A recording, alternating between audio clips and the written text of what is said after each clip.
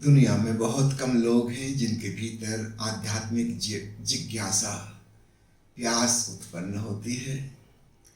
फिर जिनके भीतर प्यास उत्पन्न होती है उनमें बहुत कम होते हैं जो लगन पूर्वक परिश्रम करते हैं। फिर जो श्रम और साधना शुरू करते हैं उनमें बहुत कम होते हैं जो कंटिन्यूटी, सतत प्रयास करते रहते हैं। बहुत लोग शुरू करते हैं फिर छोड़ देते हैं, फिर शुरू करते फिर छोड़ देते हैं। सबसे पहले तो आध्यात्मिक प्यास ही बहुत कम लोगों को उत्पन्न होती है। प्यासों में से चलना बहुत कम शुरू करते हैं। जो चलते हैं उनमें से अधिकांश रुक जाते हैं। बहुत कम है जो लगातार यात्रा जारी रखें, और इनमें से भी बहुत कम लोग मंजिल तक पहुंच पाते हैं। उसका कारण ये है कि प्रयत्न तो वे करते हैं, शुद्धिकरण नहीं करते। आज पुरुषोत्तम योग गीताध्याय के 15वें चैप्टर में भगवान कृष्ण इस तरफ इशारा कर रहे हैं कि प्रयत्नशील साधक भी असफल हो जाएगा यदि उसने अपने हृदय का शुद्धिकरण नहीं किया, अपने अंतःकरण को साफ नहीं किया। इस बात को खूब गौर से सुनना। अक्सर हम इस बात से चूक जाते हैं। हम जैसे थे हम सोचते हैं कि हम ऐसे ही पहुंच जाएंगे। नहीं, ऐसे नहीं पहुंच सकते। हमारा होना बहुत अशुद्धियों से भरा है। हरिओम शरण जी का वो सुप्रसिद्ध भजन है ना, मैली चादर ओढ़ के कैसे द्वार तिहारे आऊं। ये अशुद्धियां लेके हम वहां पहुंच ही नहीं सकते। तो हमारी प्यास, हमारी लगन, हमारे श्रम, हमारी साधना, हमारे कदम उठाना जरूरी है, लेकिन पर्याप्त नहीं है। एक चीज की इसमें कमी अक्सर रह जाती है, वो है शुद्धिकरण। और चूंकि इस पर विशेष ध्यान नहीं दिया जाता, लोग मेहनत करते रहते हैं, करते करते थक जाते हैं, कुछ भी उन्हें हासिल नहीं होता। आपको जानकर आश्चर्य होगा, जो लोग घनघोर नास्तिक हैं ये वही लोग हैं जिन्होंने पिछले जन्मों में बहुत ज्यादा मेहनत की थी, बहुत साधना की थी, थक गए और कहीं से यह निर्णय आ गया कि परमात्मा होगा ही नहीं, क्योंकि हमने इतना श्रम किया है, कोई कसर नहीं रख छोड़ी, फिर भी नहीं मिला, तो फिर है ही नहीं। आपको जानकर आश्चर्य होगा, वो जो बहुत घोर आस्तिक थे, जिन्होंने वाकई में मेहनत की है, कालांतर में वही घनघोर नास्तिक हो जाते हैं, क्योंकि उनका सारा परिश्रम असफल हो गया। और भूल चूक कहां हो गई? हृदय का शुद्धिकरण नहीं किया। और उसके बिना बात नहीं बनेगी। तो पहले तो शुद्धिकरण क्या है यह समझ लें। हर चीज जब अपने स्वभाव में होती है तो वह शुद्ध होती है। जब कोई प्रभाव आकर उसमें मिल जाता है, प्रभाव यानी परभाव, स्वभाव से भिन्न जो कुछ भी है वह परभाव है। जैसे ही कोई प्रभाव आके मिला, अशुद्धि हो गई। हम कहते हैं अशुद्ध सोना है 24 कैरेट गोल्ड, इसका मतलब इसमें केवल सोना ही सोना है। अब इसमें चांदी या तांबा अगर मिल गया तो याद रखना ये अशुद्ध हो गया। और ऐसे नहीं सोचना कि सोना ही अशुद्ध हुआ, वो जो तांबा मिला है वो भी अशुद्ध हो गया। तांबा अपने आप में परिपूर्ण शुद्ध था, चांदी अपने आप में बिल्कुल शुद्ध थी, लेकिन जब सोने में मिल गई तो वो भी अशुद्ध हो गई। दूध में पानी मिला दिया किसी ने, तो हम कहेंगे दूध अशुद्ध हो गया, ये तो ठीक है, पानी भी अशुद्ध हो गया। पहले वह शुद्ध पानी था, प्योर वाटर, जब उसमें दूध मिल गया तो वह अशुद्ध हो गया। स्वभाव से भिन्न कुछ भी मिला तो अशुद्धिकरण हो गया। अब इस बात को समझते हुए हम अपने ऊपर आए। हमारी चेतना का स्वभाव दर्पण जैसा है। Consciousness is like a mirror. तो जो भी घटनाएं आसपास घट रही हैं वो रिफ्लेक्ट होती हैं, हमें उनका पता चलता है, हमारे भीतर संवेदनशीलता है, ज्ञान घटित होता है। किंतु अगर इन चीजों को हमने पकड़ लिया, रोक लिया, जमा कर लिया तो अशुद्धि हो गई। दर्पण के सामने से कोई गुजरता है, उसकी तस्वीर बनती है, बिल्कुल ठीक, ये दर्पण का स्वभाव है। और एक फोटोग्राफिक प्लेट क्या करती है, वो कैच कर लेती, पकड़ लेती है, वो जाने नहीं देती उस तस्वीर को। वो व्यक्ति तो निकल गया, वो तस्वीर रह जाती है। तो हमारी चेतना दर्पण की भांति है। यदि हमने उसको कैमरे की प्लेट की तरह उपयोग किया तो वहां से गड़बड़ शुरू हो गई। घटना घट गई, वो व्यक्ति गुजर गया, लेकिन उसके इम्पैक्ट्स रह गए हमारे ऊपर। ये अशुद्धि है। वो घटना घट जाती, व्यक्ति निकल जाते, वो स्थितियां निकल जाती, परिस्थितियां हो जाती हैं, समाप्त हो जाती, और हमारे भीतर भी सब साफ सुथरा हो जाता, कुछ चिपका न रह जाता, तो हम शुद्ध रहते। छोटे बच्चे को देखें, उसे किसी बात पर क्रोध आया तो आग बबूला हो गया। उस क्षण में तो ऐसे लगता है कि दुनिया को नष्ट कर देगा। वो कैसे पैर पटकता है, जोर से चिल्लाता है, समझो नाराज अपनी मां पर, और 2 क्षण बाद सब भूल भाल गया, प्रसन्न अपनी मां की गोद में बैठा हुआ है, बात खत्म हो गई। ये बच्चा अपने शुद्ध स्वभाव में जी रहा है।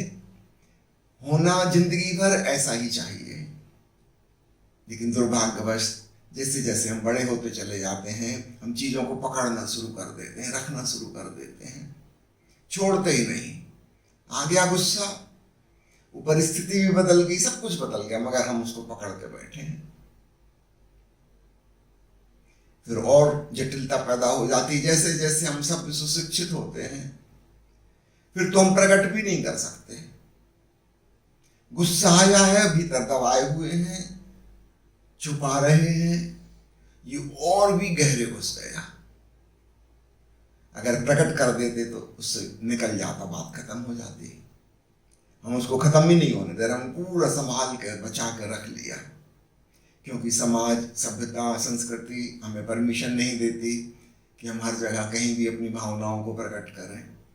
हर चीज की एक लिमिट है, आप क्या प्रकट कर सकते हैं, कहाँ कर सकते हैं, कहाँ नहीं कर सकते, वरना जीवन दूभर हो जाएगा। आप ऑफिस में नौकरी करते हैं और आपके मालिक ने आपको डांट दिया, दिल तो हो रहा तो उतार के 2 जूते मारे उसे, लेकिन ऐसा करेंगे नहीं। आप मुस्कुराते हुए जी हाँ यस सर कहते रहेंगे, लेकिन भीतर वो जो आग जल गई है गुस्से की, उसका क्या होगा? आप तो आग बबूला हो गए थे और ऊपर से आप बिल्कुल ठंडे नजर आ रहे हैं। वो अग्नि और भी गहरे घुस गई, बुरी तरह से चिपक गई। इस प्रकार हमारा अंतःकरण धीरे धीरे धीरे अशुद्ध होता चला जाता। भांति भांति की घटनाएं दिन रात घट रही हैं, उनके प्रभाव हम पर पड़ रहे हैं।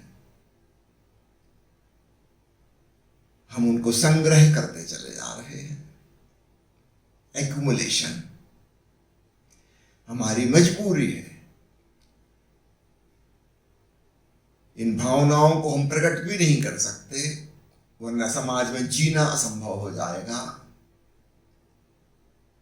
हम भीतर छुपाते जाते हैं, वो सब घाव की तरह भीतर मौजूद है, मवाद इकट्ठी है, फटने को तैयार, और फिर वो यहाँ वहां कहीं कहीं फटती है।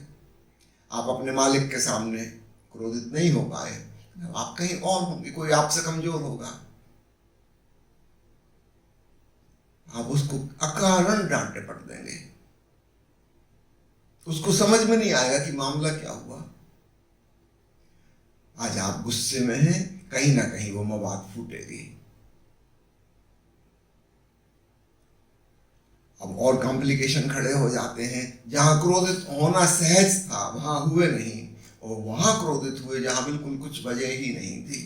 ये वाला संबंध भी बर्बाद हो गया। अब ये सामने वाला व्यक्ति नाराज है आपसे, अब वो इसका बदला लेगा, क्योंकि उसको समझ में नहीं आ रहा कि क्रोधित होने का कारण क्या था। एक के बाद एक मुसीबत खड़ी होती चली जाती है, क्योंकि हम सहज नहीं, सरल नहीं। समाज ने जो व्यवस्था बनाई है उसमें ऐसी सुविधा नहीं होने की। फिर व्यक्ति करे तो क्या करे, सालों साल का, और जानने वाले तो कहते हैं कई कई जन्मों का कचरा कूड़ा भीतर इकट्ठा है। इसको लेके हम इस मैली चादर ओढ़ के हम प्रभु के दरवाजे नहीं पहुंच पाएंगे। वहां तो बिल्कुल शुद्ध खालिश दर्पण,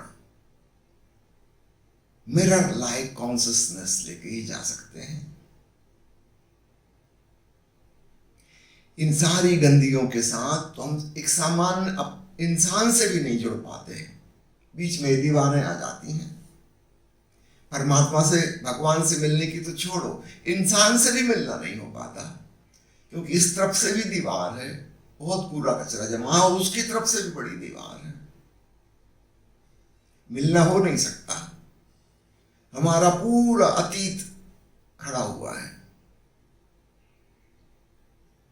और उस व्यक्ति का भी पूरा अतीत खड़ा है। हम कैसे एक दूसरे से संवाद करें? आप भली भांति जानते हैं, बिल्कुल निकट के लोगों से भी कम्युनिकेशन नहीं हो पाता। पति पत्नी एक दूसरे से कुछ कहते हैं, वो बिल्कुल कुछ और ही समझा जाता है। सगे भाई भाई एक दूसरे से कम्युनिकेशन नहीं कर पाते, कुछ कहा जाता है, कुछ और समझा जाता है। माता पिता और संतान के बीच में बातचीत मुश्किल हो गई, जनरेशन गैप, भाषा ही बदल गई। माता पिता को समझ में नहीं आता कि हमने कहा क्या था ऐसा, बच्चों को समझ में नहीं आता कि क्या कह रहे हो। सब चीजों के अर्थ बदल जाते हैं, क्योंकि बीच में ये अशुद्धियां खड़ी हैं, वो उसका भावार्थ चेंज कर देती हैं। जिस भाव से वह शब्द कहा गया था वो भाव पहुंचता ही नहीं, बीच में इतने सारे फिल्टर मौजूद हैं, वो सब चीजों को रंग ही चेंज कर दे रहे हैं। तो भक्त क्या भगवान से मिलेगा? हम तो एक साधारण अपने जैसे इंसान से भी नहीं मिल पा रहे। इन अशुद्धियों के संग क्या किया जाए?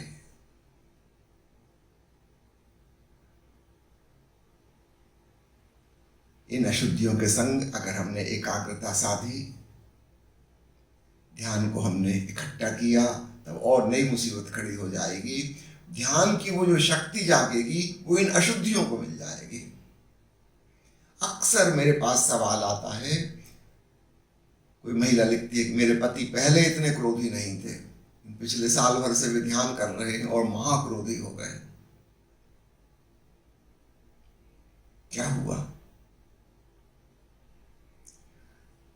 पहले कम शक्तिशाली थे, क्रोधी तो तब भी थे, मगर ताकत उतनी नहीं थी। अब उनकी मन की शक्ति बहुत बढ़ गई, और क्रोध जहां के तहां है, वो सारी शक्ति क्रोध को मिल गई।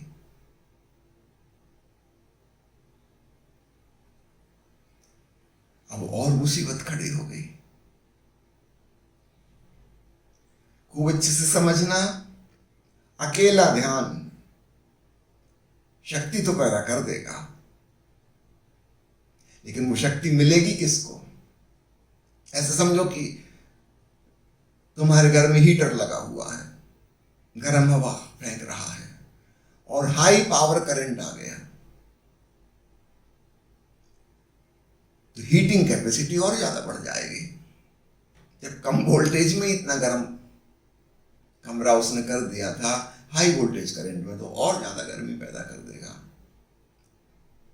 विद्युत उपकरण जहां से विद्युत गुजर रही वो तो वही का वही है, वो तो आपने चेंज किया नहीं, शक्ति का प्रवाह बढ़ा दिया। ये शक्ति उसी को तो मिलेगी ना। सावधान, अपनी अशुद्धियों सहित हम परमात्मा की दिशा में बढ़ेंगे, हम कभी भी मंजिल तक नहीं पहुंच सकते।